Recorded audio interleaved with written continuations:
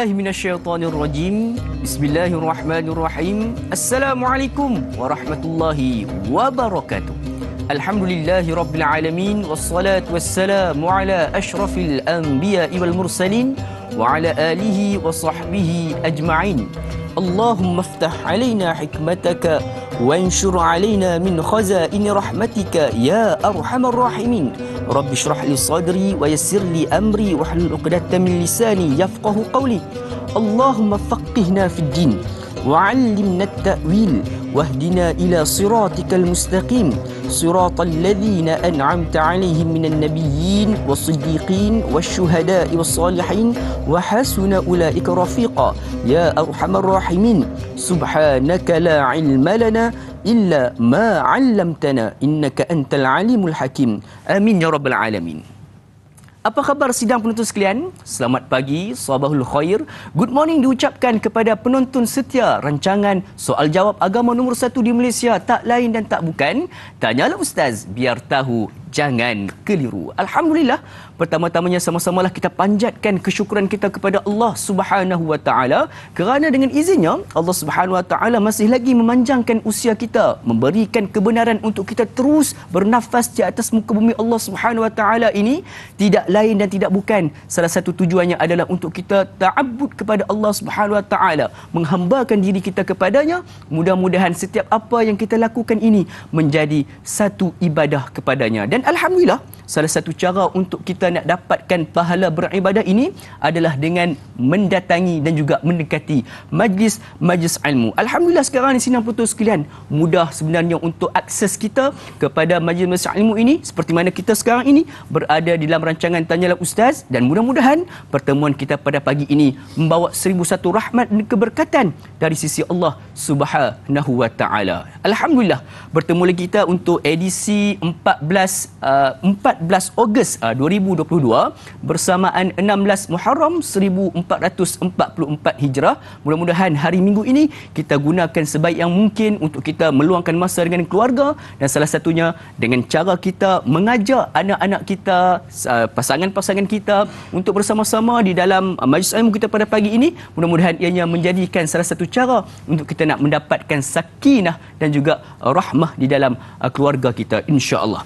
Jadi insya-Allah sidang penonton sekalian, pada hari ini kita akan meneruskan lagi pembelajaran kita menerusi silibus tafsir dan taranum, dengan kita akan menyambung lagi 3 ayat menerusi surah Sad, iaitu ayat 22, 23 dan juga 24. Sedikit orang kata sebagai ulang kaji apa yang kita pelajari daripada ayat 19 hingga ayat 21 pada semalam, pada hari kemarin, iaitu di antara salah satu kehebatan ataupun kelebihan yang Allah Subhanahu Wa Taala berikan kepada Nabi Daud alaihissalam adalah hikmah. Diberikan hikmah di mana Nabi Daud alaihissalam telah pun diberikan kelebihan dan juga kebijaksanaan di dalam pengurusan masa. Antara masa yang diberikan iaitu masa untuk mentadbir, yang keduanya adalah urusan di dalam bersama dengan masyarakat, dan yang ketiganya adalah urusan di dalam beribadah. Jadi mudah-mudahan kita ambil 3 poin yang penting ini yang dikongsikan oleh ahli panel kita juga semalam. Ini sebagai satu pedoman dan juga panduan di dalam kehidupan kita. Dan insya-Allah pada hari ini kita akan teruskan lagi pembelajaran kita, dan juga bersama dengan ahli panel kita yang juga yang sama, yang memiliki suara yang lunak dengan iras wajah yang cukup segak, iaitu siapa lagi? Tak lain tak bukan Al-Fadil yang berbahagia Ustaz Dr. Muhammad Luqman Ibrahim. Assalamualaikum Doktor. Waalaikumsalam. Sihat Doktor? Alhamdulillah. Masih lagi ceria seperti semalam. Alhamdulillah. Jadi saudara sekalian, ada sebarang soalan yang ingin diajukan kepada kami seperti biasa, boleh untuk terus berhubung dengan kami di talian 1-800-881-677 ataupun menerusi laman media sosial rasmi kami di Facebook Tanyalah Ustaz TV3. Jadi insya-Allah sebagai permulaannya, kita nak menghiasi pertemuan kita pada pagi ini dengan mendengar sedikit alunan bacaan daripada ayat 23 hingga ayat 24 daripada surah Sad ini. Jadi insya-Allah jom kita sama-sama belajar. Mungkin hari ini kita ada taranum yang baru ataupun qiraat yang baru. Jom sama-sama kita dengarkan. Jadi silakan Doktor. A'udzubillahi minasyaitonirrajim. Bismillahirrahmanirrahim. Alhamdulillahilladzi arsala rasulahu bil huda wa dinil haqq liyudhhirahu 'ala ad-din kullih wa kafa billahi shahida. Wassalatu wassalamu ala Rasulillah wa ala alihi wa ashabihi wa mawalah. Terima kasih Da'i Luqman. Alhamdulillah masih Luqman yang dua ini pada pagi ini tuan-tuan. Dan tuan-tuan, untuk memulakan siri perbincangan kita dalam rancangan Tanya Ustaz ini, marilah kita dapatkan mushaf ataupun telefon tuan-tuan untuk kita teliti dan tilawahkan dulu bacaan ayat surah Sad ayat 22, 23 dan 24. A'udzu billahi minasy syaithanir rajim. Bismillahirrahmanirrahim. إذ دخلوا على داود ففزع منهم قالوا لا تخف خصمان بغى بعضنا على بعض فاحكم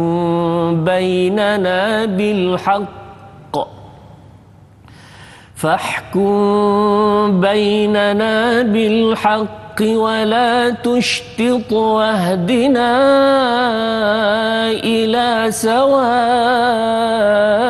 الصراط إن هذا أخي له 99 نعجة ولي نعجة واحدة فقال أكفلنيها وعزني في الخطاب قال لقد ظلمك بسؤال نعجتك إلى نعاجه وإن كثيرا من الخلطاء ليبغي بعضهم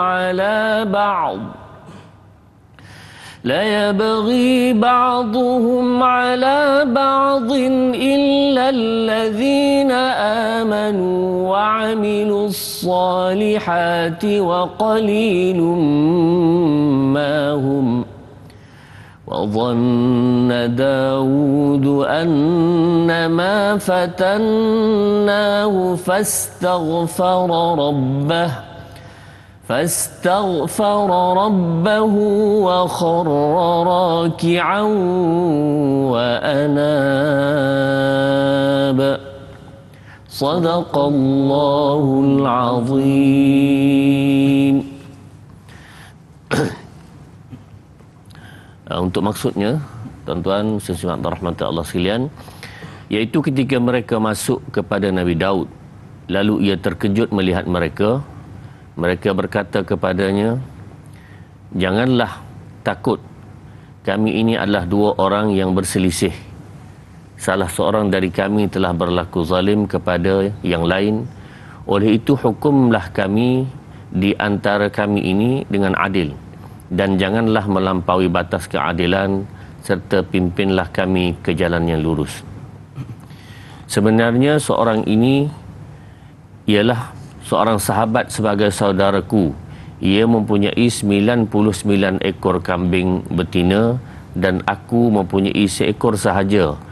Dalam pada itu ia mendesakku dengan berkata, serahkanlah yang seekor itu kepadaku. Dan ia telah mengalahkan aku dalam merundingkan perkara ini. Nabi Daud berkata, sesungguhnya ia telah berlaku zalim kepadamu dengan meminta kambingmu itu sebagai tambahan kepada kambing-kambingnya.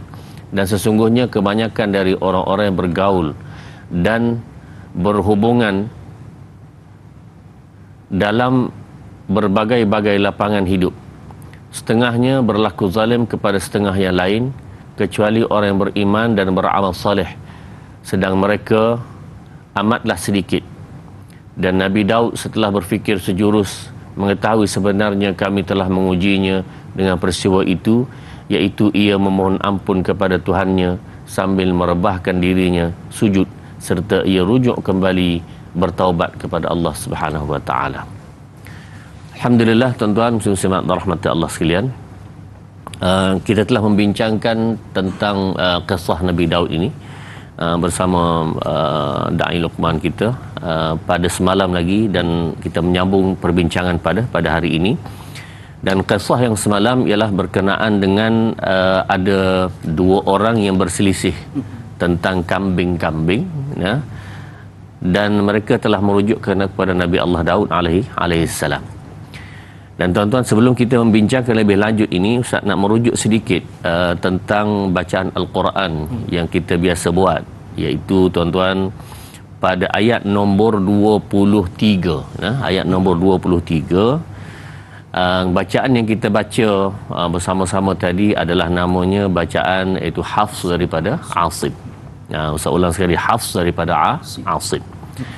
Dan di sana ada bacaan-bacaan lain yang juga dibaca oleh Rasulullah sallallahu alaihi wasallam yang kita kurang biasa, dan oleh kerana kurang biasa ini, jadi bila ada yang membaca begitu kita rasa macam pelik sedikit. Tapi tuan-tuan, dia juga merupakan sebahagian daripada bacaan Nabi sallallahu alaihi wasallam, tinggal lagi tidak masyhur sahaja. Pada ayat nombor 23, saya nak baca dengan bacaan Imam Ibnu Katsir dengan perubahannya sedikit sahaja. Yang pertama sekali ialah inna hadza akhi. Hadza itu mad jaiz. Imam Ibnu Katsir membaca dengan dua harakat sahaja. Oh, pendek. Pendek. Inna hadza akhi, dua harakat sahaja. Kemudian yang kedua ialah pada perkataan waliya na'jatun. Waliya na'jatun, Imam Ibnu Katsir membaca dengan wali na'jatun, ya itu dimatikan. Ya itu dimatikan. Jadi itu saja dua tempat yang dibaca dalam bacaan Imam Ibnu Katsir. Sebenarnya yang ini ada juga di dalam bacaan yang kita sendiri, innali indahu lal husna, dan begitulah seterusnya. Bacaan kita pun ada sebenarnya, cuma dia tempatnya berubah-ubah, maksudnya ada di dalam juzuk yang lain, dalam surah yang lain. Ini kebetulannya wali dengan waliyah.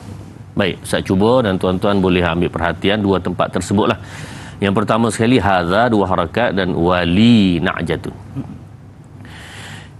Inna hadza akhi lahu 99 na'jatan wa li na'jatun wahidah faqala akfilniha wa'azzani fil khitab. Nak minta man pula, cuba. Allahu akbar. Dua tempat sebut. A'udzu billahi minasy syaithanir rajim. Inna hadza akhi lahu 99 na'jatan wa li na'jatun wahidah فقال أكفلنيها وعزني في الخطاب. Alhamdulillah, itulah bacaan namanya, bacaan Ibnu Katsir. Termasuk dalam qiraat yang mutawatirah. InsyaAllah. Jadi insyaAllah sidang betul sekalian, hari ini kita dapat satu qiraat yang baru, iaitu qiraat Ibnu Katsir. Kalau semalam kita membincangkan qiraat Warsh, hari ini pula kita masuk pada qiraat Ibnu Katsir. Alhamdulillah, ilmu yang cukup berharga kita dapat pada pagi ini. Jadi insyaAllah kita banyak lagi nak berbual berkaitan dengan topik kita hari ini. Namun sebelum itu kita nak berhenti berehat seketika. Jangan ke mana-mana, teruskan kekal bersama dengan kami. Tanyalah Ustaz biar tahu. Jangan keliru, kembali sebentar sahaja lagi insyaAllah.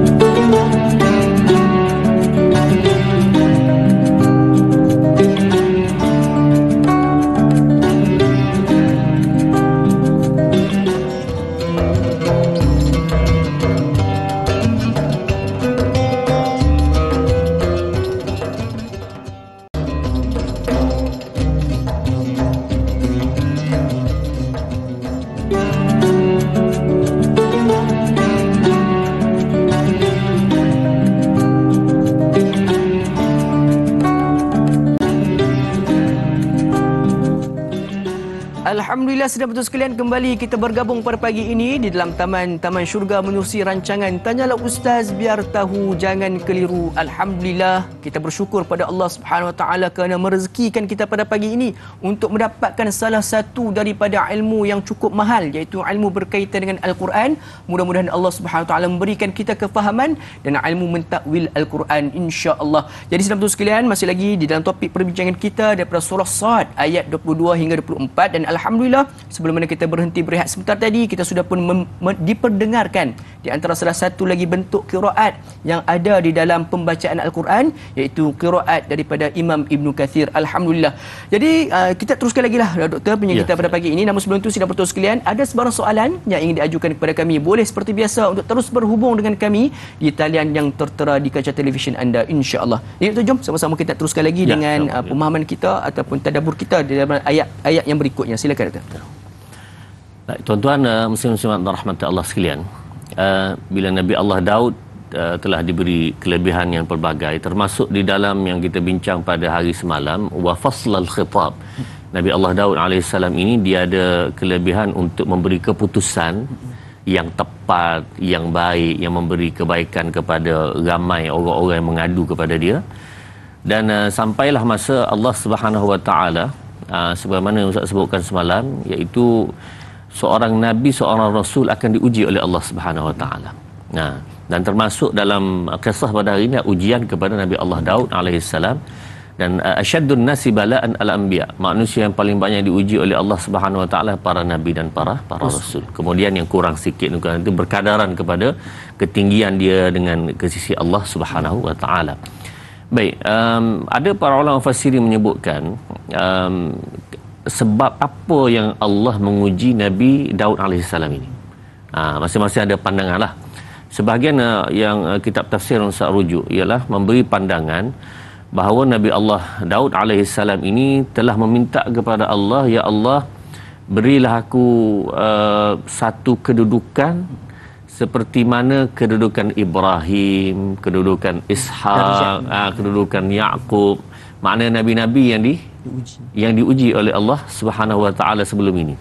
Kita kata Nabi Ibrahim sangat hebat ujiannya, sehingga terpaksa menyembelih anak. Dalam keadaan dia meyakini bahawa Allah Subhanahu Wa Taala akan menolong, membantunya. Dengan sebab itu dia telah melakukan ujian itu dan tinggi martabatnya di sisi Allah Subhanahu Wa Taala. Nabi Ishaq juga sama diuji, Nabi Yaqub juga sama diuji. Jadi Nabi Daud minta perkara tersebut. Bila minta ini tuan-tuan, maka sampai tahapnya termasuk dalam ujian ini ialah Nabi Allah Daud alaihissalam didatangi dua orang. Kalau kita katakan dua ini dalam perbincangan ahli tafsir, masing-masing memberi pandangan bahawa dua ini sama ada dua tu orang yang sebenar ataupun dua tu malakan, dua malaikat. Imam Qurtubi memilih bahawa yang dua ini adalah malaikat, bukan orang biasa. Sebab dia termasuk dalam bentuk ujian kepada Nabi Allah Daud alaihissalam. Bila mereka datang ini, mereka datang pula pada waktu yang tak biasa. Orang kata sebab masa tu Nabi Daud telah meletakkan masa, kita sebut semalam, iaitu ada masa ibadat, ada masa dia dengan rakyat, ada masa urusan kerajaan. Jadi dengan sebab itu pada masa ibadat orang tak boleh ganggu.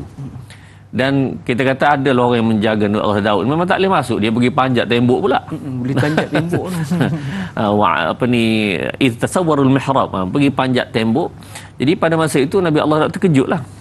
Terkejut itu kerana beberapa perkara. Kerana pertama sekali, masa yang dia datang itu bukan masa untuk dia melayan urusan rakyat. Satu. Yang kedua ialah Nabi Daud ini adalah keturunan daripada Bani Israel. Dan Bani Israel ini tuan-tuan, Allah Subhanahu Wa Taala berikan kelebihan banyak perkara. Wa atakum ma lam yu'ti ahadan minal alamin. Kami beri kepada kamu perkara-perkara yang kami tak beri pada orang lain. Idz ja'ala fikum anbiya, banyak di kalangan kamu nabi-nabi. Idz ja'ala fi anbiya wa ja'alakum muluka, banyak kalangan kamu pula raja-raja ramai. Wa atakum ma lam yu'ti ahadan minal alamin, dan kami berikan perkara-perkara istimewa kepada kamu. Tetapi mereka ini ada istimewa lain yang tak baik pula. banyak nabi-nabi tu banyak nabi dibunuh pula. A'udzubillahi minasyaitonirrajim. Wa yaqtuluna an-nabiyyina bighairi haqq. Mereka membunuh nabi-nabi. Oh, pelik tuan-tuan. Nabi-nabi ni orang siapa dia? Orang yang dipilih oleh Allah Subhanahu Wa Taala menjadi utusan Allah. Jadi ini yang dibunuh. Dan Imam Ibn Qayyim menyebutkan satu riwayat bahawa pernah mereka ini membunuh 70 orang nabi satu hari. 70 orang nabi satu hari. Ini yang disebut oleh Imam Ibn Qayyim. Maknanya ini sifat Bani Israel. Jadi kalau bunuh orang biasa tu tak pelik lah. Nabi pun dia bunuh. Dekat Palestin jadi Palestin seumpama itu yang sangat-sangat berat berlakulah kepada kalangan Bani Israel. Jadi dengan sebab itu bimbangnya Nabi Allah Daud ini, boleh jadi mereka nak bunuh aku ni. Jadi itu sebab itulah mereka mengatakan qalu la takhaf. Jangan kamu takut. Kenapa? Kerana kami datang ini ada sebab lain. Khasmani bagha ba'duna ala ba'din fahkum bainana bil haqq. Jadi kami ni ada bergaduh satu perkara, satu urusan. Jadi tolonglah dengan sebab pergaduhan ini selesaikan masalah kami. Lalu mereka memberitahulah apa masalahnya. Masalah mereka ialah seorang sahabat dia ni datang seorang memberitahu bahawa kawan aku ini ada 99 ekor kambing. Kemudian aku pula ada 1 ekor. Dia pula tekan nak yang seekor aku punya ni supaya dia dapat jadikan 100 dia punya. Jadi tak dapat apalah. Tak dapat apalah. Jadi dalam ringkasan tuan-tuan menyebutkan bahawa bila dia minta begini, Nabi Allah terus jawablah. Oh, tentulah qala laqad zalamaka bisuali na'jatika ila ni'aji. Oh, itu salah lah. Kenapa minta yang seekor masuk sekarang? Sepatutnya 100 tu bagi kat kawan ni lebih banyak kan, gitu. Tak tuan-tuan. Jadi Nabi Daud alaihissalam telah membuat keputusan secara terburu-buru. Jadi dengan sebab itu tuan-tuan, sehinggalah Nabi Allah Daud merasakan bahawa ini ujian daripada Allah. Kata para ulama, kenapa Nabi Daud merasa begini? Kerana bila datang seorang lagi memberitahu peristiwa yang sebenarnya, barulah Nabi Daud terperasan, bahawa aku telah silap dalam memberi hukuman perkara ataupun pergaduhan di antara 2 orang sahabat ini. Jadi tuan-tuan, daripada kisah ini ada beberapa perkara yang kita boleh bincang lah. Antara lain ialah bagaimanakah cara berhukum dengan cara yang betul, kemudian kaedah bertamu, bilakah masa yang sebenar yang patut kita bertamu, kemudian nak layan tetamu macam mana, adakah termasuk dalam bab zalim ini, apa dia, itu insya-Allah kita akan berbincang lebih lanjut. Walaupun 3 ayat yang kita bincangkan ni, memang ayat tu panjang tu, tapi dia punya pentafsirannya itu lebih mendalam, insya-Allah. Jadi senang betul sekalian, soalan-soalan tu tadi telah pun diberikan daripada doktor, di antara apakah bentuk-bentuk soalan yang boleh diajukan, apa lagi, teruskan berhubung dengan kami insya-Allah. Jadi di skrin sekarang ni kita sedang menyaksikan iaitu makam Nabi Daud yang sekarang ini terletak di Bukit Zion di Baitul Maqdis. Jadi inilah juga orang kata di antara peninggalan-peninggalan sejarah lah yang kita boleh semua ambil iktibar dan juga menjadikan satu pedoman untuk kehidupan kita insya-Allah. Jadi sedang betul sekalian, kita nak teruskan lagi perbincangan kita pada pagi ini. Jadi doktor, kita rasa ni nak teruskan dengan bertanya soalan daripada sahabat-sahabat kita. Boleh doktor? Boleh. Jadi insya-Allah kita nak meraihkan soalan. Tapi sebelum tu doktor, sebelum kita nak raihkan soalan tu, kita nak berehat sebentar lah. Kita pergi bertenang sebentar. Jadi sebelum sekalian, nak tahukah apa di antara soalan-soalan yang telah pun tersedia untuk diajukan kepada yang berbahagia doktor? Teruskan kekal bersama kami dalam rancangan Tanyalah Ustaz, biar tahu jangan keliru. Kembali sebentar saja lagi insya-Allah.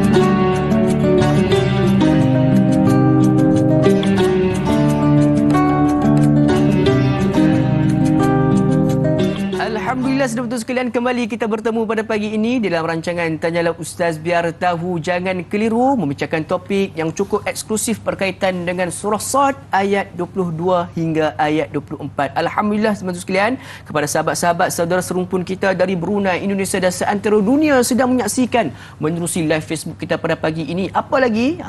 Terima kasih kami ucapkan. Tapi dalam masa yang sama, jangan lupa untuk kita sama-sama berkongsi ilmu, kita sebarluaskan ilmu kita dapat pada pagi ini, video live yang kita sedang saksikan ini, dengan menekan butang kongsi. Ayuh sama-sama kita sebarluaskan agar semua dapat pengajaran daripada apa yang kita pelajari pada pagi ini, insya-Allah. Jadi doktor dah bersedia untuk raikan soalan-soalan sahabat kita. Jadi insya-Allah jom kita sama-sama raikan soalan pertama daripada sahabat kita di Facebook, iaitu Puan Masrifah Nur Jama'in. Assalamualaikum. Waalaikumsalam warahmatullahi. Ayat 22.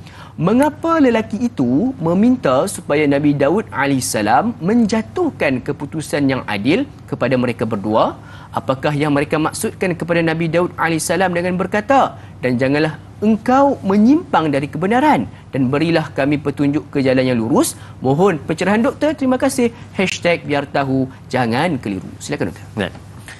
Terima kasih kepada Mas Rifah Nur Jama'in, selalu bertanya kita, dan alhamdulillah soalan yang baik berkenaan dengan ayat yang kita bincang ini. Tuan-tuan muslimin simak rahmatullah sekalian, di dalam perbahasan ulama tafsir tentang Nabi Allah Daud alaihissalam ini, sebenarnya ayat ini ada sabab nuzul, ada beberapa sabab nuzul dibincangkan. Cuma sabab nuzul ini menjadi perbahasan di kalangan ulama. Salah satunya ialah kenapa Nabi Allah Daud alaihissalam diuji dengan perkara seperti ini. Kerana ada kisah sebelum itu bahawa Nabi Allah Daud ni berkenan kepada satu isteri orang. Kemudian tuan-tuan kena dengar sampai akhir sehingga habis kisah ini. Berkenan pada isteri orang, kemudian dengan sebab itu dia telah menyuruh suami wanita ini pergi berperang. Dengan niat supaya bila perang mati dia boleh kahwin dengan ini. Baik tuan-tuan, ini dengan sebab itu akhirnya Allah Subhanahu Wa Taala telah menguji Nabi Allah Daud dengan perkara seperti itulah, iaitu 99 ekor kambing dan satu. Dia nak yang satu ini, dah ada yang isteri yang ramai, kemudian nak yang satu ini. Baik tuan-tuan sekalian rahmati Allah sekalian, kisah ini perbahasan para ulama, sanadnya sangat tidak boleh diterima. Kemudian dia adalah termasuk dalam perkara Israiliyat. Walaupun ada sebahagian ulama tafsir yang membawa kisah ini, tetapi majoriti ulama menolak sanad ini. Maksudnya riwayat ini tertolak. Jadi tolong Ustaz minta, tolong jangan pakai sanad yang ini. Puncanya ialah kerana tuan-tuan, sanad yang lemah ini satu, sanad yang lemah. Yang kedua ialah dia bertentang dengan sifat kenabian itu sendiri. Kan Nabi ni ada ismah, dia ada sifat maksumnya yang dijaga oleh Allah Subhanahu Wa Taala. Kalau sifat-sifat tersebut menyebabkan dipertikaikan kenabian, dipertikaikan ismah tersebut, maka ini tertolak. Jadi itu yang pertama. Yang kedua tuan-tuan, yang disebutkan tentang dua orang ini adalah malaikat.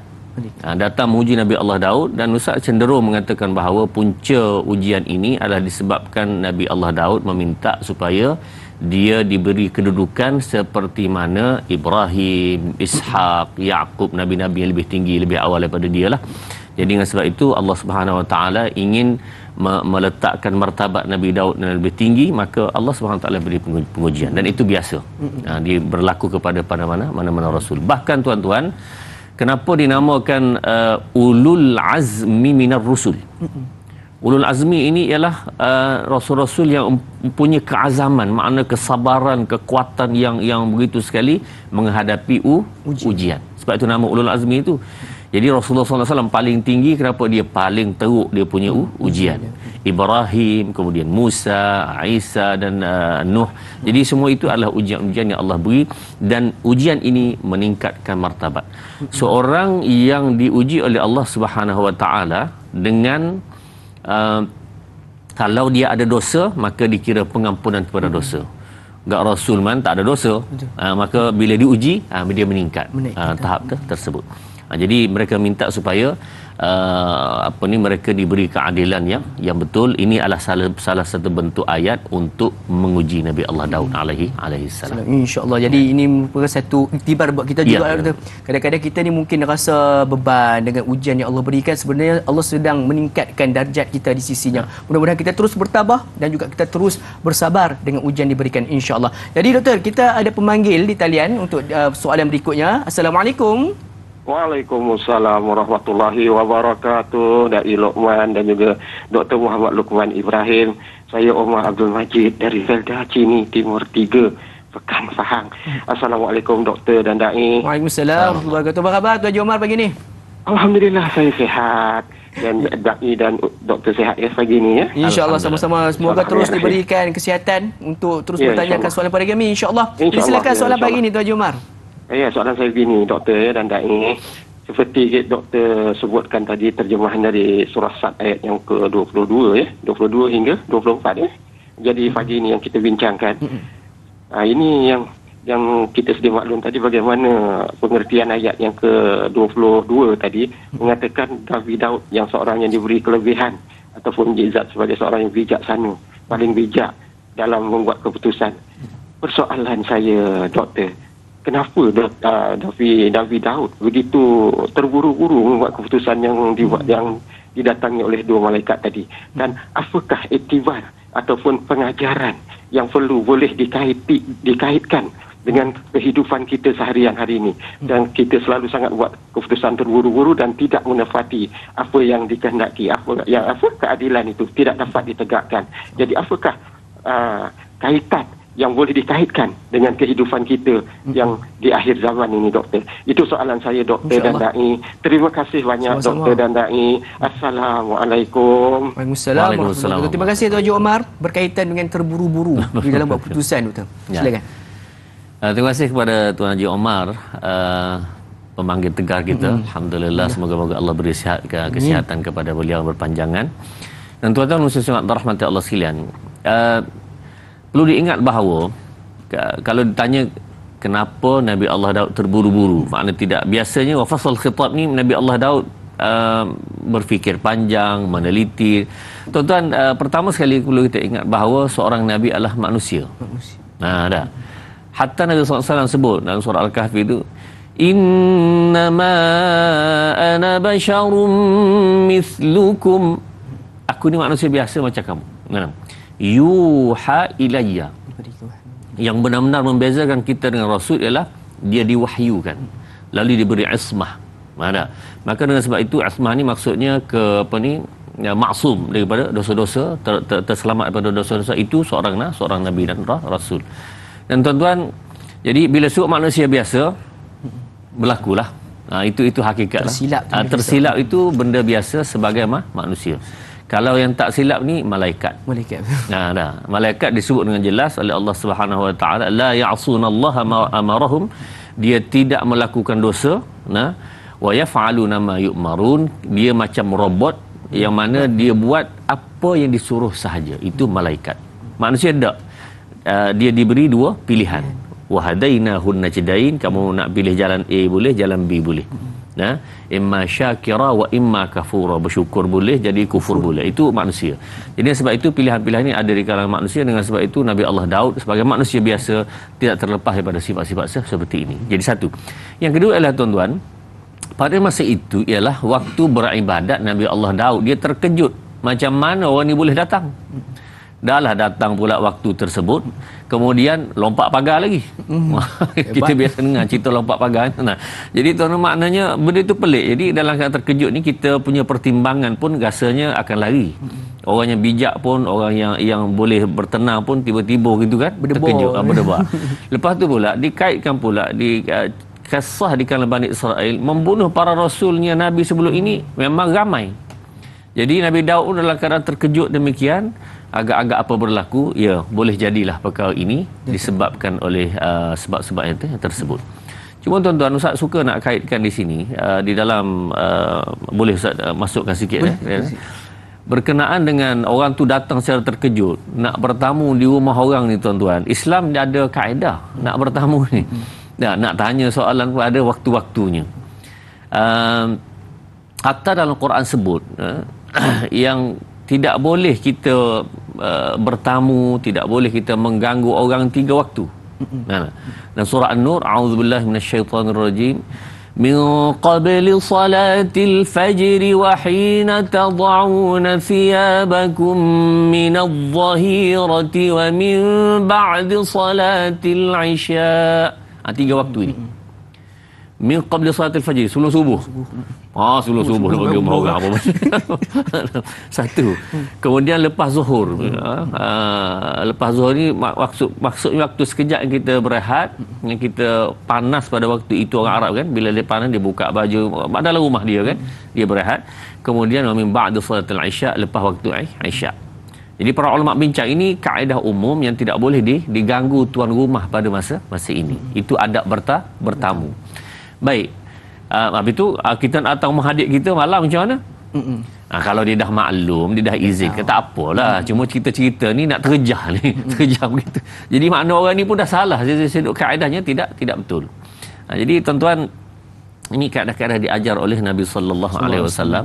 Bahkan seorang yang nak bertamu di rumah satu orang, contohnya kita tuan-tuan, kalau ustaz pergi rumah Man kata, minta maaf ustaz, hari ni tak boleh, saya tak boleh terima tetamu.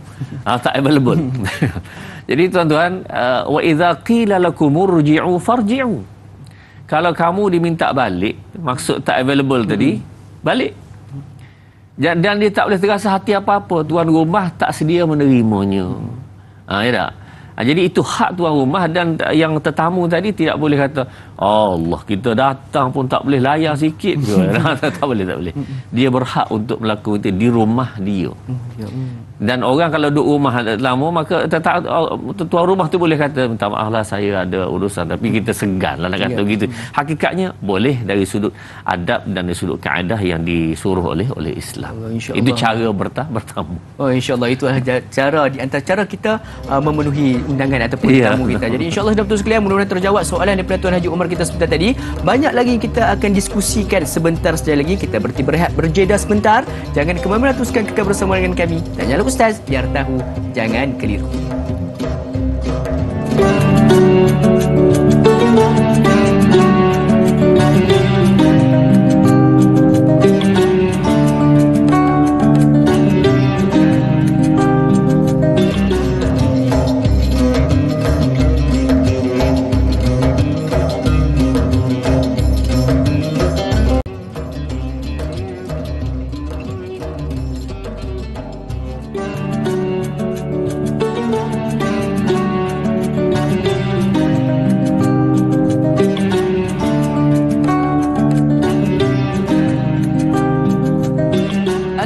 Sidang betul sekalian, kembali kita bertemu di dalam rancangan Tanyalah Ustaz Biar Tahu Jangan Keliru. Sama-sama pada pagi ini kita mempelajari satu ilmu yang cukup mahal berkaitan dengan ilmu Al-Quran daripada surah Sad ayat 22 hingga ayat 24. Dan di dalam ayat-ayat yang sekarang kita pelajari ini, kita mengetahui tentang di antara kelebihan-kelebihan yang Allah Subhanahu Wa Taala berikan kepada Nabi Daud AS, antaranya gunung ganang mampu untuk bertasbih. Kita juga tahu tentang burung-burung yang berhenti apabila mendengar suara Nabi Daud AS ini berzikir dan sebagainya. Dan juga kita tahu tentang di antara hikmah dan juga mukjizat ataupun di antara lagi di dalam Nabi Daud mendatangkan ataupun menjatuhkan satu hukuman di antara kebijaksanaan yang diberikan oleh Allah Subhanahu Wa Taala kepada baginda. Jadi ini semua yang kita perlu pelajari agar kita dapat meningkatkan lagi keimanan kita di antara salah satu rukun iman, iaitu beriman kepada para rasul. Jadi insya-Allah kita nak teruskan lagi perbincangan kita dengan meraihkan Doktor soalan berikutnya pada sahabat Facebook kita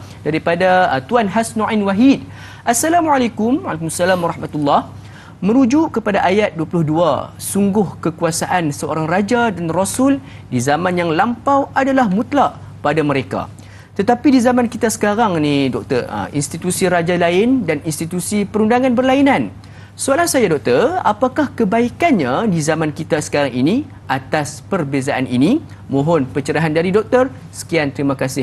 Biar tahu jangan keliru. Hikmah itu Doktor. Silakan. Baik, terima kasih kepada saudara Hasnuin Wahid yang bertanya. Bila sebutkan tentang mutlak atau tidak mutlak ni, Sebenarnya raja zaman dulu ialah bila dia membuat keputusan, memang keputusan itu tidak boleh disanggah dan seumpamanya. Adapun pada zaman sekarang kita ada perlembagaan yang telah menetapkan ada sisi-sisi yang boleh dan sisi tak boleh dan seumpamanya lah. Kemudian seorang rasul ini sebenarnya kita bincang semalam, kebanyakan para rasul bukan pemerintah. Nah, kebanyakan para rasul bukan perintah. Yang kita sebut semalam ialah Nabi Daud, Nabi Sulaiman, Nabi Muhammad sallallahu alaihi wasallam. Kalau kita sebut sebagai keputusan mereka mutlak pun, mutlak itu di atas dasar daripada tunjuk ajar oleh Allah Subhanahu wa taala, wahyu. Adapun kalau rasul-rasul yang lain, hanya rasul lain adalah bersifat untuk menyeru manusia kepada agama Allah.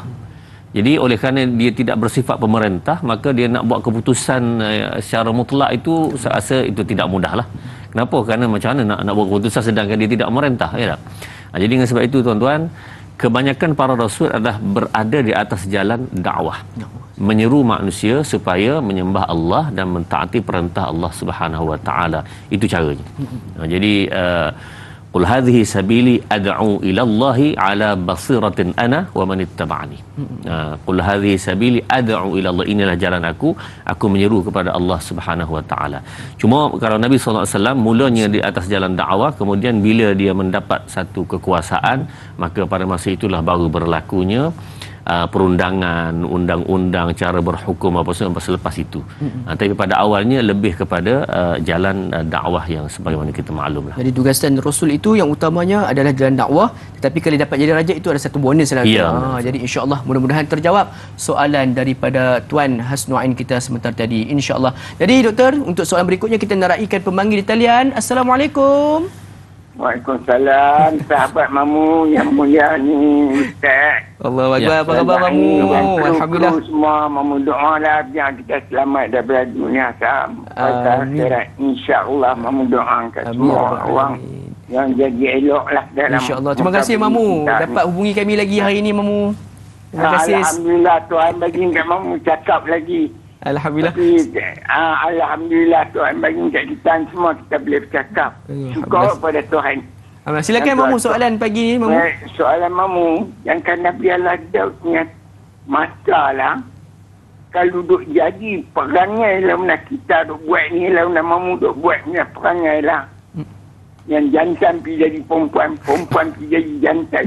Masa tu kalau jadi lagu ni lah, apa Nabi Allah Daud punya zaman tu nak buat apa kat manusia lagu ni lah, nak kita punya manusia lah. Punya dosa dia buat ni, satu dunia dapat tahu ni. Allah. Tapi kita tu ingat kata senang, tapi ibu bapa kita yang mati pun dapat soal balik kat kita. Siapa anak, siapa. Cipolan semua ni. Tapi seorang buat dunia dapat tahu. Tapi kita tu ingat kata kita ni elok, tapi kita tak elok. Dalam dunia ni lawan Mamu pun tak elok, bukan elok. Cakap yang elok, perangai siapa pun tak tahu. Yang tu soalan Mamu. InsyaAllah. Tolonglah. InsyaAllah Mamu. Nasihat kat semua kat Mamu pun nasihat sama lah. InsyaAllah sama-sama. Itu soalan Mamu. Baik. Assalamualaikum warahmatullahi wabarakatuh. Doa-doa kat Mamu. Sama-sama Mamu kita dan Mamu insyaAllah. Jadi berbalik pada soalan pada Mamu tu berkaitan dengan kita tak nafikan dah doktor, berkaitan dengan normalisasi tasyabuh ataupun penyerupaan ataupun nak menyerupai jantina yang berbeza ni doktor. Tapi sebenarnya apa yang perlu dilakukan untuk kita, mungkin untuk siapa penonton sekalian, mungkin ada sahabat-sahabat ataupun orang sekeliling yang cuba untuk nak tasyabuh ni, apa nasihat kita kepada mereka doktor? Silakan. Baik, tuan-tuan muslimin rahmatullah sekalian, Mamu menyentuh tentang LGBT-nya apa semua tadi, lelaki jadi perempuan, perempuan jadi lelaki. Kalau Nabi Daud macam mana Nabi Daud nak buat sebenarnya. Tuan-tuan, sebenarnya perkara ini telah dibincang dalam Al-Quran sejak sekian lama. Kisah LGBT ini sudah ada tentang kisah Nabi Allah Lut dan kaumnya begitu lama, kita kata ribuan tahun yang lepas. Dan nampaknya benarlah Al-Quran ini adalah Al-Quran yang berjalan dengan zaman sampai hari kiamat. Maksudnya ini bukan cerita dongeng, rupanya yang ini berlaku setiap zaman sampai ke hari ini pun tak selesai lagi. Jadi tuan-tuan, kalau ditanyakan kenapa atau bagaimana kita nak menguruskan perkara ini, pertama kena kembali kepada apa yang Al-Quran dan hadis telah beritahu. Macam mana Rasulullah menguruskan LGBT pada zaman baginda sallallahu alaihi wasallam. Ada dan jelas itu dalam hukum hakam ada dengan jelas. Lelaki pakai inai. Ya, satu. Kemudian yang kedua adalah tuan-tuan, bagi mereka yang telah berada di dalam golongan ini, maka hendaklah kita menjalankan dakwah kepada mereka satu, dan orang yang tahu dia ada penyakit ini, dia sendiri kena usaha. Maksudnya dia kena kaunseling, dia kena pergi jumpa doktor. Kalau dia biarlah aku dah jadi begini, aku telah ditakdirkan begini. Tidak begitu. Kena ingat bahawa Allah beri pilihan kepada kita, wa hadainahun najdain. Aku beri 2 jalan. Kalau kamu nak pilih A, sila. Nak pilih B, sila. Kecuali dia tu tubuh dia keras, tak boleh pergi begitu. Itu memang tak ada pilihan. Tapi selagi mana lepas ni nak makan apa? Tak tahu lagi. Mana boleh pilih kan? Nak makan nasi goreng boleh, mi goreng boleh. Jadi boleh pilih. Selagi mana boleh pilih, kena memilih. Memilih yang baiklah. Jadi kalau dia boleh memilih, aku pilih yang ini je lah. Apa nak buat lah, dah dijadikan aku terperangkap lelaki dalam tubuh perempuan dia yang kata pula pandai-pandai. Jadi tuan-tuan, ini kena ada ikhtiar dan usaha. Jadi mana sudut perundangan satu, kemudian sudut yang sudut dakwah dan sudut kaunseling dan seumpama ini juga kena dibuat, kedua-duanya berjalan insya-Allah. Jadi dia perubatan daripada sudut fizikal dan juga daripada sudut rohani dan spiritual, itu perlu ada bagi orang yang nak cuba untuk berubah insya-Allah. Jadi doktor, kita nak raikan pemanggil kita berikutnya doktor. Untuk soalan berikutnya daripada Tuan Haji Tukinon. Assalamualaikum Tuan Haji Tukinon. Waalaikumsalam warahmatullahi wabarakatuh. Apa khabar Tuan Haji Tukinon? Tamu tak dengar suara. Lokman ya, Doktor 1 Datuk Dai. Itulah. Mudah-mudahan saya pun dapat jadi macam doktor juga lah. InsyaAllah. Amin. Doakanlah mudah-mudahan Lokman terbaik. Amin insyaAllah. Silakan Tuan Haji. Baik, persoalannya pagi ni kita telah bincang ayat yang ke-22 ya. Ayat yang ke-22 iaitu saya tengok perbincangan tu berselisihan faham.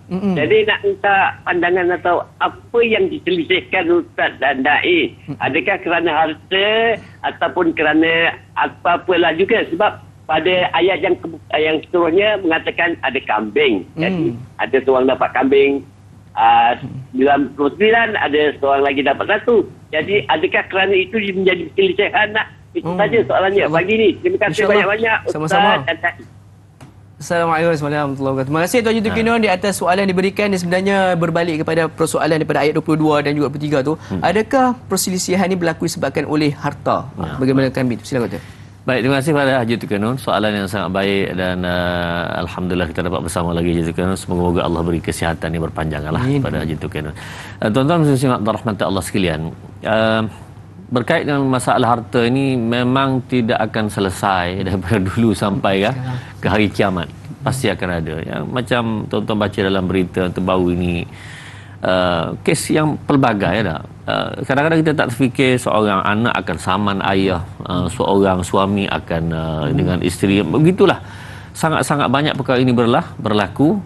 Dan dalam keadaan yang boleh saman menyaman dan seumpama ini, saya rasa kes ini akan berterusan dan akan makin merebak dan seterusnya. Baik, Islam memberi jalan untuk penyelesaian.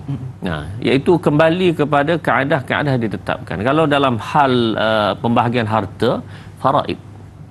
Itu faraid. Dan walaupun terpaksa masuk mahkamah jugalah, tapi orang kata kaedah faraid ini memberi jalan yang lebih baik untuk kita sama-sama menyelesaikan. Kalau tidak tuan-tuan, dia tidak akan ada satu cara yang betul untuk menyelesaikan. Jadi dengan ini Islam mengajarkan seperti mana Nabi Allah Daud ini, di samping untuk menegur Nabi Allah Daud sendiri, wa dhanna Daud annama fatannahu fastaghfara rabbahu wa kharra rak'an wa anab. Mana Nabi Allah Daud tahu bahawa itu adalah teguran dan ujian daripada Allah Subhanahu wa taala, tapi maksudnya di sana ada kaedah kita kena rujuk apa dia? Rujuk kepada kaedah dalam agama ini untuk menyelesaikan perkara-perkara berkait dengan harta. Dan tuan perlu diingat bahawa satu perkara, perhatikan ayat Quran, a'udzubillahi minasyaitonirrajim. آمنوا بالله ورسوله وأنفقوا مما جعلكم مستخلفين فيه. Berimanlah kamu kepada Allah dan Rasul, wa anfiqu mimma ja'alakum mustakhlifina fi. Harta itu kamu infakkanlah yang sebenarnya bukan harta kamu. Bukan harta kita, tuan-tuan. Mustakhlifina fi adalah kita dapat harta daripada orang sebelum. Kita kalau ada harta, sebenarnya harta daripada ayah. Nah, daripada apa ni, ayah daripada tuknya. Tuknya begitulah seterusnya ke atas. Oh, dah Ustaz saya berniaga. Oh, kemudian jadi jutawan, dapat duit. Mana ikhtiar saya? Ialah ikhtiar saya pun duit daripada orang lain. Pembelinya poket orang lain. Jadi maknanya hakikatnya bukan harta kita. Dan bukti lagi besar, tuan-tuan, bukan harta kita. Kalau kita wasiatkan, duit 1 juta saya ni, masa saya mati masuk ke dalam kubur. Orang patuhlah ada duit 1 juta tu dia kampus bersama-sama dengan dia dalam kubur tersebut. Apa jadi, Man? Esoknya berlubang kubur dia. Dia orang korek. Bukan nak ambil. Ambil duit tu.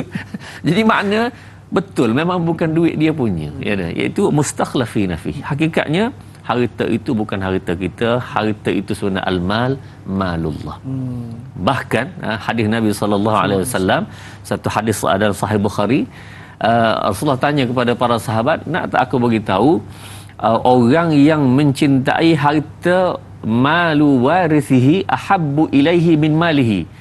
Harta warisnya lebih disukai daripada harta dia sendiri. Waduh. Oh, sahabat pun tanya, ada kau gitu Rasulullah? Tak? Maknanya harta orang dia lebih sayang daripada harta. Harta dia tak apa sayang harta orang. Maka Rasulullah kata, malu warithihi maluhu ma qaddama. Harta dia ialah apa yang dihantar dulu kepada Allah Subhanahu Wa Taala. Mana dia sedekah, dia infak semua, itulah harta sebenarnya yang diletak di sisi Allah Subhanahu Wa Taala. Itu kekal. Tetapi malu warithihi ma akhara, harta warisnya yang ditinggal. Ya, yang ditinggal ni walaupun banyak mana pun orang akan bahagikan.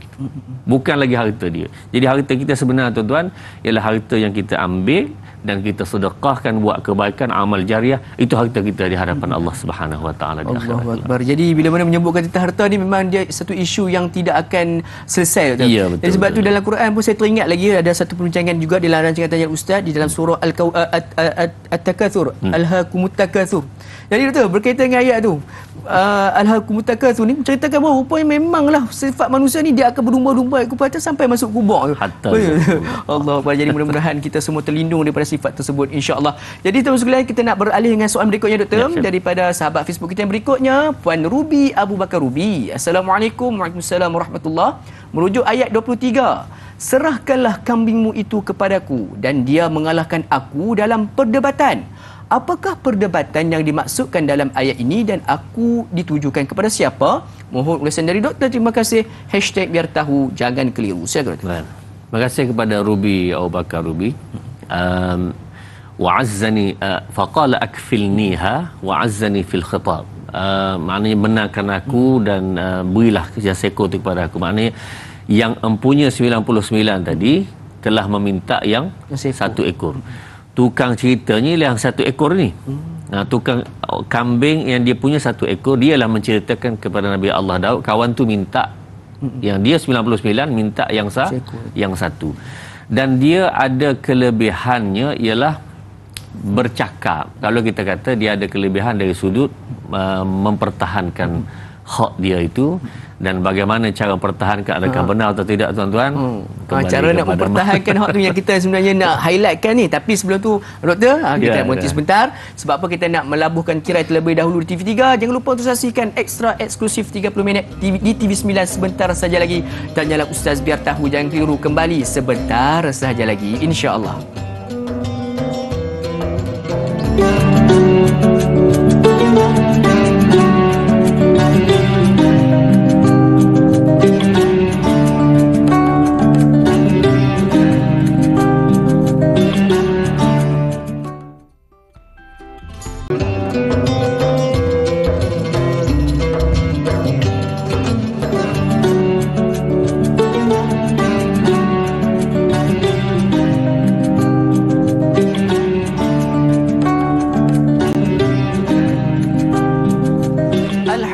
dan penonton sekalian, kembali kita bergabung di dalam Taman Syurga pada pagi ini menerusi rancangan Tanyalah Ustaz Biar Tahu. Jangan keliru menerusi TV9 dekat di hati. Alhamdulillah, terima kasih kerana masih lagi kekal bersama dengan kami. Mudah-mudahan pertemuan kita pada pagi ini mengundang 1001 rahmat dan juga pahala di sisi Allah Subhanahu Wa Taala. Masih lagi dengan topik perbincangan kita menerusi silibus tafsir dan taranum menerusi surah Sad ayat 22 hingga ayat 24. Alhamdulillah, dalam tempoh 2 hari ini kita dapat mempelajari 6 ayat dan mudah-mudahan dengan 6 ayat, walaupun 6 ayat, kita mampu untuk beramal, memahami dan juga seterusnya kita menjadikan setiap pengajaran yang kita pelajari ini sebagai satu pedoman kehidupan kita, insya-Allah. Ada sebarang soalan yang ingin diajukan seperti biasa, boleh terus berhubung dengan kami di talian yang tertera di kaca televisyen anda, insya-Allah. Jadi berbalik sebelum mana kita berhenti berehat sebentar tadi, doktor, kita menerima soalan daripada Puan Ruby Abu Bakar Ruby kita yang bertanyakan berkaitan dengan perdebatan di antara dua individu tersebut. Dan juga doktor,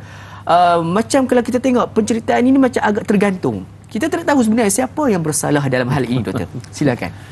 Baik, dengan Siman dan yang bertanya Ruby Abu Bakar, tuan-tuan muslimin rahmatullah sekalian. Sebenarnya bila datang kedua-duanya itu, orang yang pertama telah mengadu hal ialah orang yang kambing seko ni. Ya, kambing seko, dia mengatakan bahawa saudara dia ni ada 99 ekor kambing, yang aku punya seekor ni dia minta juga. Baik, tuan-tuan muslimin rahmatullah, Nabi Allah Daud alaihissalam dalam keadaan tergopoh-gapah itu telah membuat keputusan, qala laqad zalamaka bisu'ali na'jatika ila ni'ajih. Salah kamu tu minta yang kamu dah 99. Dia mengagak bahawa dengan dia dah banyak itu nak ambil yang satu tu salah. Sebenarnya tuan-tuan, yang betul pada pihak 99 itu. Yang benar. Yang benar pihak 99, kerana kesilapan Nabi Allah Daud ialah kerana tidak mendengar pandangan yang kedua dari pihak yang satu lagi. Terus buat keputusan. Kerana ialah kalau ikut logik pun, kamu dah 99, takkan nak minta satu lagi. Antaranya ulama memberi beberapa pandangan dalam hal ini, iaitu mungkin kambing itu adalah kambing daripada kawan itu lari. Masuk dalam kambing dia ke macam mana gitulah. Jadi akhirnya dia merasakan bahawa yang itu dia punya. Sepatutnya diselidik dulu. Jadi kegopohan ini adalah satu yang telah ditegur oleh Allah Subhanahu Wa Taala, nak menunjukkan bahawa dalam menentukan salah atau betul satu peristiwa itu, seorang hakim perlu melihat kepada kedua-dua pandangan dengan bukti-bukti yang jelas, barulah boleh dibuat keputusan.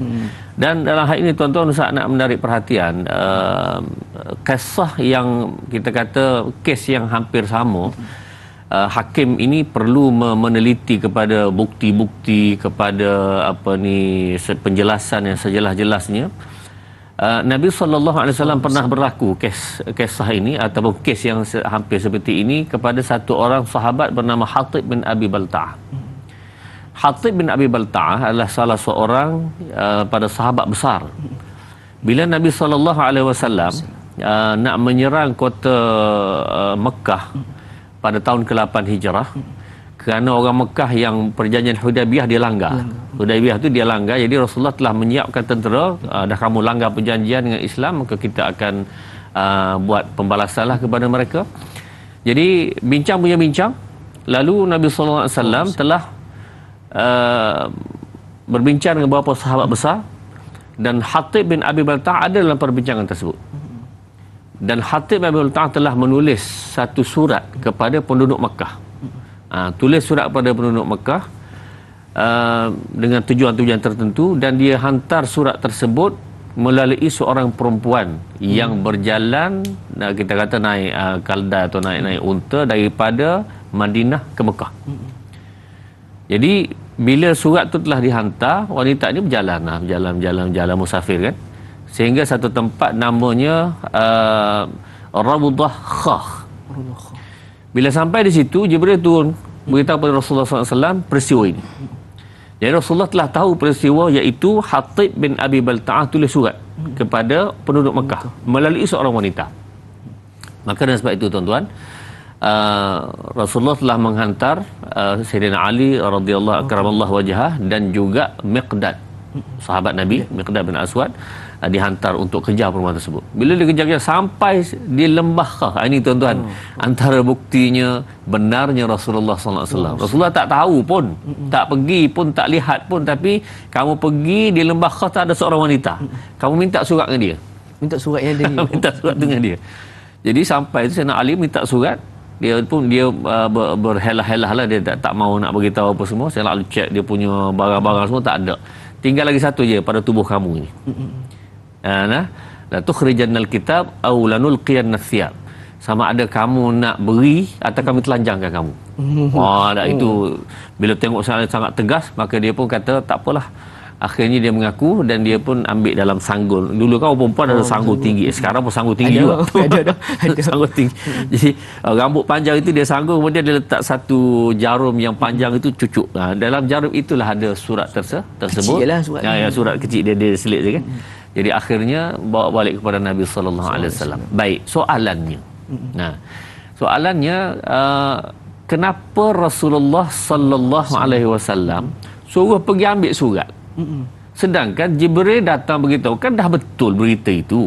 Takkan tak percaya Jibril pula. Betul. Kenapa? Dalam hal ini tuan-tuan, kedudukan Nabi sallallahu alaihi wasallam bukan hanya sebagai rasul. Dalam hal ini Rasulullah hakim, qadhi, pemutus. Jadi pada waktu itu Rasulullah sebagai hakim pemutus ini, dia kena ada bukti.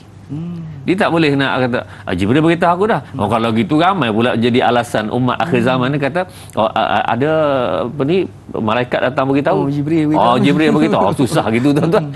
Jadi perlu kepada pembuktian. Jadi hakim tidak boleh memutuskan satu perkara di atas pengetahuannya tapi dengan bukti.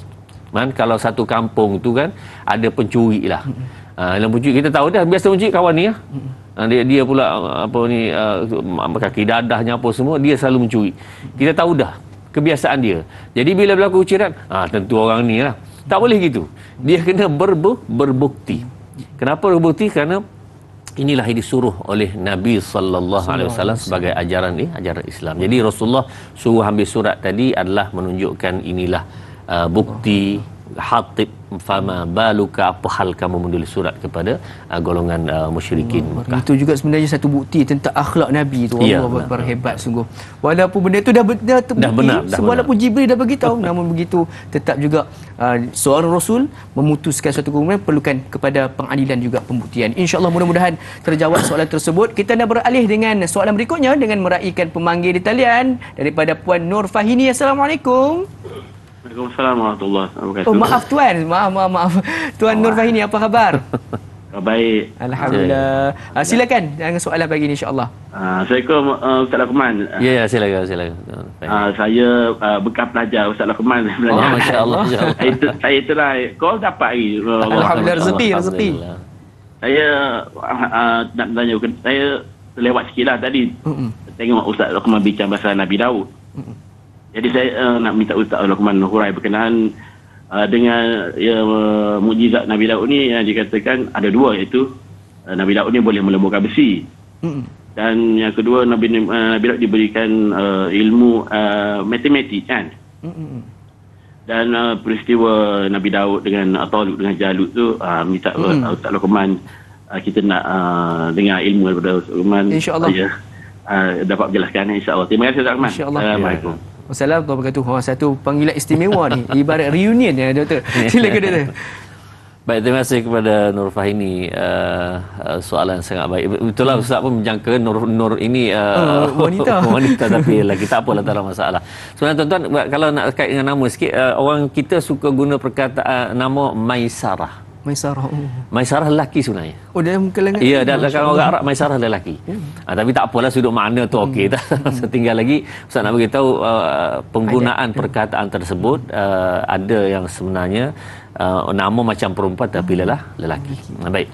Tentang Nabi Allah Daud tadi, Ustaz nak jawab satu sajalah, iaitu benar Nabi Allah Daud itu ada kelebihan wa alanna lahul hadid. Iaitu kelebihannya melembutkan besi, membuat baju besi, dan itu adalah Nabi Allah Daud alaihissalam ala kita telah bincang semalam, iaitu dia membuat mencari rezekinya min amali yadihi, dengan tangan dia sendiri. Maknanya tidak mengharapkan, walaupun dia seorang raja apa semua, tapi tetap bekerja. Baik, satu. Kemudian yang kedua adalah tentang ilmu matematik tu Ustaz minta maaf, Ustaz kena rujuk dululah. Ustaz bagaimana kesnya apa semua tu kan. Mungkin dalam Al-Quran atau dalam hadis memberi secara umum tentang perkara-perkara tersebut yang perlu kepada kajian yang lebih mendalam. Yang ketiga tentang Talut dan Jalut tu.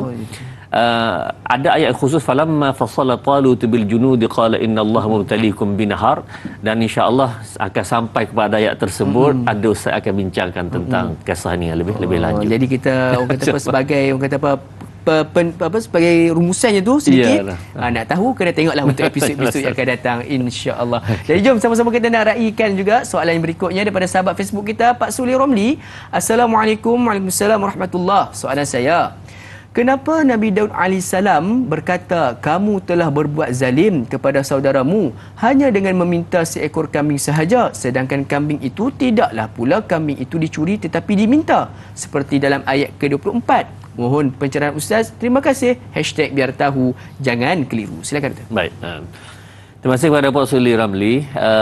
Muslimin simak rahmat Allah sekalian. Ustaz telah sebutkan tadi kisah yang berlaku. Sebenarnya kesilapan yang berlaku di situ ialah kegopohan membuat keputusan, mendengar pandangan sebelah pihak tanpa mendengar pihak yang satu lagi. Bila dia dengar pihak yang kedua, barulah Nabi Daud terperasan, oh rupanya itu kesilapannya gopoh tersebut, yang sepatutnya dia mendengar dua-dua belah pihak. Akhirnya dia memahami bahawa yang ini Allah Subhanahu Wa Taala buat begitu adalah untuk menguji tentang faslal khitab ataupun kaedah dia dalam menghukum manusia. Baik, tuan-tuan dan puan-puan rahmatullah sekalian, yang kalau disebutkan tentang zalim. Nah, kita kena faham bahawa term ataupun terma zalim itu dari sudut makna yang sebenar ialah meletakkan sesuatu, wad'u syai' fi ghairi mahallihi. Meletakkan sesuatu bukan di tempat dia. Itu zalim. Kemudian lawan zalim ialah adil. Adil ialah wad'u syai' fi mahallihi, meletakkan sesuatu pada tempatnya. Sebab itu tuan-tuan, kalau kita kata sebut tentang adil, adil ini dia berkadaran. Berkadaran macam mana? Iaitu ada orang yang kita beri hak dia macam gini patut untuk dia. Yang ini pula macam gini patut untuk dia. Sebagai contoh tuan-tuan, Ustaz ada anak, Man pun ada anak. Kalau anak kita berapa orang? Ada anak kecil tadika, ada anak besar sikit sekolah rendah, kata jahanam kita kata tak. Kemudian ada anak sekolah menengah ataupun universiti. Baik, kita beri duit kepada anak ini belanja, sama ke tak sama? Tak sama. Oh, tak sama. Yang tadika kita tak beri pun, dia ada makanan dah kot. Nah, dia pun, ayah, takkan tak boleh bagi RM1. RM1 je pun. Kita bagilah juga dia minta kan. Anak sekolah rendah tu bagi berapa? Sekarang RM3 tu. Nah, RM3 katakanlah, kita bagi RM3. Yang universiti kita bagi berapa? Oh, takkan RM3. Takkan RM3. Tak makan dia tak. Jadi maknanya kita berkadaran. Jadi anak yang tadika ni komplain. Bapak bagi pada yang abang tu, yang universiti tu banyak pula. Adik dapat RM1 je. Jadi dia tak boleh komen itu. Kenapa? Kerana keadilan untuk dia haknya di situ betul. Ikut pada kadar. Ikut pada kadar dia. Kemudian yang sekolah rendah tu betul dia punya kadarnya, dan universiti juga betul. Jadi dengan sebab itu tuan-tuan, adil ini diletak kepada tempatnya. Kalau tidak letak pada tempat, maka dia jadi zalim. Sama juga dalam isu berkaitan dengan pembahagian harta pusaka ni, Doktor. Tentang pembahagian satu pun, adakah itu sebenarnya memang adil Doktor kan, apa yang Allah SWT letakkan? Itu sudah diputuskan oleh Allah Subhanahu Wa Taala. Dia ada hikmah-hikmah yang dibincangkan. Misalnya dalam ayat yusikumullahu fi auladikum lizzakari mithlu hazzil unsayain, laki dapat 2 bahagian. Logik akal, laki 2, perempuan 1. Perempuan lemah bagi perempuan lah 2. Tak tuan-tuan. Ini antara hikmah yang ulama keluarkan perkara ini, iaitu lelaki ini kalau dia dah berkeluarga, walaupun dia dapat 2 bahagian, duit 2 bahagian tadi dia boleh simpan ke tidak? Habis dia belanja anak dia apa semua, beli barang-barang, habis licin. Tetapi yang perempuan, kalau dia ada suami pun, kemudian dia dapat 1 bahagian, dia boleh simpan. Dia tak nak berkongsi, tak apa. Itu dalam hukum Islam okey, tak ada masalah. Jadi makna tuan-tuan, di sebalik dua bahagian itu yang orang pandang bahawa ini nampak macam tak adil, tak. Itu diputuskan oleh Allah Subhanahu Wa Taala. Jadi itulah sebenarnya sidang betul sekalian yang ramai orang tak faham sebenarnya. Orang kadang-kadang orang duk nampak apalah Allah SWT, sebenarnya Allah tu dah Maha Adil. Allah pasti letak ke satu kena pada tempatnya. InsyaAllah mudah-mudahan terjawab soalan tersebut. Kita nak berhenti berehat seketika, doktor, sidang betul sekalian. Jangan kemana-mana, teruskan kekal bersama dengan kami. Tanyalah Ustaz biar tahu, jangan keliru, kembali sebentar sahaja lagi insya-Allah.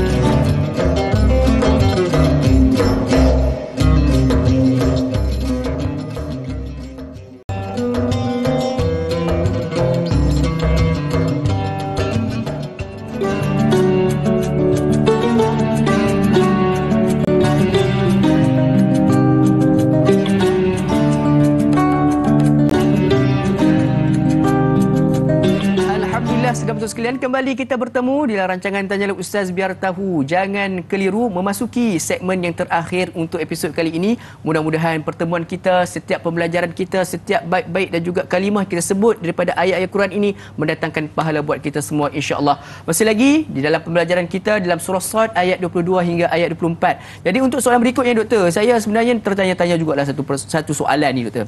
Kita lihat dalam zaman sekarang ni, dalam masyarakat kita, netizen menjadi hakim. Kadang-kadang kita mendengar berita daripada sebelah pihak terus menjatuhkan hukuman. Jadi berbalik juga dengan kisah kita bincangkan pada hari ini, apabila seorang hakim ni telah pun melakukan satu kesilapan dalam menjatuhkan hukuman, mengecam dan sebagainya ni, apa perlu lakukan doktor? Baik, terima kasih Man. Soalan sangat baik tuan-tuan khususnya rahmat Allah sekalian. Kalau yang keluar video-video dalam internet itu, hakikatnya memang sebelah pihak lah. Sebelah pihak. Orang yang masukkan itu tentu dia rasa benar bagi pihaknya. Dia tak akan bawa yang sudut pandang yang kedua daripada pihak satu lagi. Itu hakikat yang berlaku lah. Dan netizen akan buat keputusan berdasarkan yang ada di hadapan mereka. Maknanya kita kena ambil pengajaran daripada ayat ini, iaitu kita kena melihat kepada dua-dua pihak, barulah boleh dibuat keputusan. Dan nampaknya keputusan kita pun tak valid juga, tak sah juga sebenarnya, kerana kita sebagai orang biasa yang menghukum tu pada seorang yang dilayak dalam berhukum dalam hal seperti itu. Baik tuan-tuan, Ustaz nak kaitkan di sini ialah berkenaan kalau hakim itu tersilap dan orang tu tahu bahawa hakim itu silap sebenarnya. Maka ini ada jawapan Nabi SAW. Innama ana bashar, aku ni manusia biasa. Mungkin sebahagian kamu sebahagian kamu ini lebih pandai bercakap. Dia bawa peguam dia semua kan. Akhirnya dia jadi benda tu hak dia, sedangkan tidak begitu. Dan dia pun tahu keputusan sepatutnya berpihak kepada satu lagi. Kalaulah dia dapat apa-apa daripada perkara tersebut sedangkan dia tidak berhak, maka Rasulullah ingatkan, oleh kerana aku manusia biasa, aku buat keputusan berdasar apa kamu cakap. Kalau kamu pandai bercakap, kamu betul, maka kalau aku tersalah buat keputusan tersebut, orang itu jangan ambil. Jangan ambil. Fala ya'khudhu, dia akan jadi kamu kalau ambil juga qat'atan minan nar, kamu ambil ialah kepingan daripada api neraka. Dia mungkin gembira, oh saya menang. Kes ini menang saya, kes ini saya punya. Tak. Kalau dia tahu dia salah dalam hal itu, maka kalau dia ambil api neraka sebenarnya. Allahumma, ini tuan-tuan, kita sama-sama menginsafi dah. Jadi hakikatnya Islam, walaupun keputusan hakim betul, hakim hanya mengetahui apa yang nampak di dasar, dapat di hadapan mata dibuktikan, itu sahaja. Hakikat sebenar kita tidak ada siapa yang tahu, hanya Allah Subhanahu Wa Taala. Tapi kalau orang tu tahu bukan hak dia tak boleh ambil. Mana Rasulullah telah tekankan walaupun selepas keputusan. Jadi dalam kes kita kata Nabi Allah Daud ini, bahawa dia faham bahawa sebenarnya yang 99 itu lebih benar dalam kes tersebut, kerana dia tergopoh-gapah membuat keputusan. Allahu Akbar. Jadi itu adalah satu langkah penyelesaian baik untuk yang menjadi hakim dan juga bagi orang yang sedang dibicarakan lah. Jadi insya-Allah mudah-mudahan terjawab soalan tersebut. Jadi doktor, kita nak beralih dengan soalan berikutnya daripada sahabat Facebook kita yang seterusnya, iaitu daripada Ali. Assalamualaikum. Waalaikumsalam warahmatullahi. Ayat ke-24 dalam surah ini telah memberi kesedaran kepada Nabi Daud AS akan kesalahan yang telah dilakukan. Apakah yang menyebabkan baginda tidak tahu akan kesalahan tersebut? Mohon pencerahan Ustaz. Terima kasih. #biar tahu jangan keliru. Silakan Ustaz. Baik, terima kasih Al-Ali. Soalan yang sangat baik. Saya rasa ada kaitan dengan soalan sebelumlah, kerana Nabi Allah Daud AS ini pada masa itu di dalam mihrabnya, waktu itu bukan waktu untuk dia memberi hukuman, memberi keputusan pengadilan. Jadi dengan sebab itu telah berlaku kesalahan, dan dia juga adalah manusia biasa sebenarnya. Jadi hakikatnya tuan-tuan, akhirnya dia bila dia terperasan, dia mendengar sebelah pihak tanpa mendengar pihak yang satu lagi, maka dia faham bahawa itu adalah ujian daripada Allah Subhanahu Wa Taala. Dan Ustaz suka rujuk bahawa ini adalah yang sebagaimana tafsir Al-Qurtubi menyebutkan bahawa dua ini adalah malaikat sebenarnya datang untuk memberi pengujian kepada Nabi Allah Daud alaihissalam. Jadi itu adalah sebagai kata apa, jawapan itu menjadi satu kesimpulan lah untuk perbincangan kita pada hari ini. Jadi doktor, sebenarnya masa cukup mencuburi kita. Rasa tak cukup sebenarnya masa diberikan untuk kita nak bincangkan walaupun 6 ayat, tapi dalam 2 hari ini alhamdulillah banyak benda yang kita dapat pelajari insya-Allah. Jadi doktor, sebagai penutupnya, boleh doktor rumuskan dengan bacaan doa, mudah-mudahan Allah SWT berkati pertemuan kita pada hari ini insya-Allah. Silakan doktor. A'udzubillahi minasyaitonirrajim. Bismillahirrahmanirrahim. Alhamdulillahi rabbil alamin. Wassalatu wassalamu ala asyrafil anbiya'i wal mursalin wa ala alihi wa sahbihi ajma'in. Allahumma arhamna bil Qur'an waj'alhu lana imaman wa nuran wa hudan wa rahmah. اللهم ذكرنا منه ما نسينا وعلمنا منه ما جهلنا وارزقنا تلاوته آناء الليل وأطراف النهار واجعله لنا حجة يا رب العالمين. وصلى الله على سيدنا محمد وعلى آله وصحبه وسلم والحمد لله رب العالمين. Amin ya rabbal alamin. Jazakallahu khairan katsira kepada Al-Fadil Doktor di atas perkongsian ilmu pada hari ini. Mudah-mudahan Allah Taala terus kurniakan kesihatan, panjangkan usia doktor untuk terus melebar luaskan lagi ilmu dan menyampaikan kepada kami semua insya-Allah. Jadi sedang sekalian, jangan lupa untuk saksikan Tanya Ustaz pada esok hari bersama dengan moderator kita Da'i Aiman dan juga ahli panel kita Ustaz Ahmad Syukri Yusof yang akan membincangkan silibus ibadah menerusi tajuk sedekah walaupun sempit. Jadi jom sama-sama kita tangguhkan pertemuan kita pada pagi ini dengan tasbih kafarah dan suratul Asr. Subhanakallahumma wa bihamdika asyhadu an la ilaha illa anta astaghfiruka wa atubu ilaik. Bismillahirrahmanirrahim. Wal 'asr innal insana lafi khusr illa alladhina amanu wa 'amilus solihat wa tawassaw bil haqq wa tawassaw bis sabr. Jadi saya dan Luqman mohon maaf sekiranya dalam sepanjang tempoh 2 hari kita bersiaran, kami saya mewakili saya dan juga doktor juga guru produksi memohon maaf sekiranya ada terkurang di mana-mana. Mudah-mudahan dengan perbincangan kita menerusi silibus tafsir Taranum ini melahirkan rasa cinta kita untuk terus mempelajari dan juga membaca Al-Quran, dan mudah-mudahan Al-Quran menjadi syafaat buat kita di akhirat kelak. Saya dan Luqman mohon maaf sekali lagi. Jadi insya-Allah bertemu lagi kita di lain episod rancangan Tanyalah Ustaz biar tahu jangan keliru. Akhirul kalam, wabillahi taufiq wa hidayah. Wassalamualaikum warahmatullahi wabarakatuh. Waalaikumsalam.